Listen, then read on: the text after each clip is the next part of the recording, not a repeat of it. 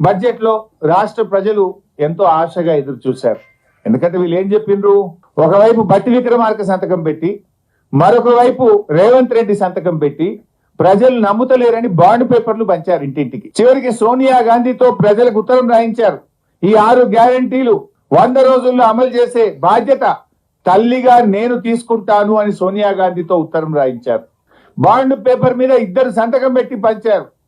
ప్రజలు ఏమనుకున్నారు, 100 రోజులపై 400 రోజులు అయింది. సరే, మొదటి బడ్జెట్ లో పెట్టలేదు, ఈ బడ్జెట్ లోనైనా 6 గ్యారంటీలను అమలు చేస్తారేమో, ఇంకా 420 సంగతి తర్వాత ఈ 6 అమలు చేస్తారేమో అని రాష్ట్ర ప్రజలు ఎంతో ఆశగా ఎదురు చూశారు. ఇవాళ మహాలక్ష్మి 2500 ఇస్తారేమో, బడ్జెట్ లో పొందుపరుస్తారేమో అంటే ఆ మహాలక్ష్మి ఊసే లేదు.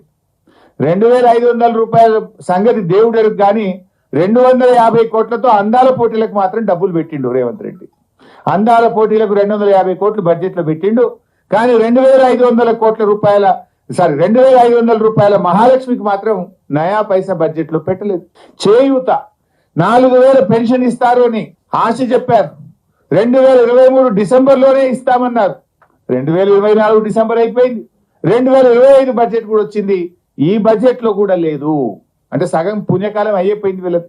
అంటే ఇలా వృద్ధులను, వితంతువులను, గీత, చేనేత కార్మికులను, ఎయిడ్స్ పేషెంట్లను కూడా ఈ రాష్ట్ర ప్రభుత్వం 4000 పెన్షన్ ఇవ్వకుండా బడ్జెట్ లో నిధులు పెట్టకుండా మోసం చేసిండ్రు.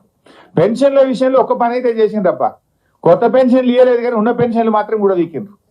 రేవంత్ రెడ్డి గారి 16 నెలల పాలనలో ఈ రాష్ట్రంలో 1,50,000 పెన్షన్లు తగ్గినాయి. 1,50,000 పెన్షన్లు కోత పెట్టిండ్రు. వీళ్ళు చెప్పింది 4,000 ఇస్తామని, 4,000 ఇవ్వలేదు కదా. ఉన్న పెన్షన్లలో 1,50,000 మందిని ఏరేసిండ్రు. I'm challenging.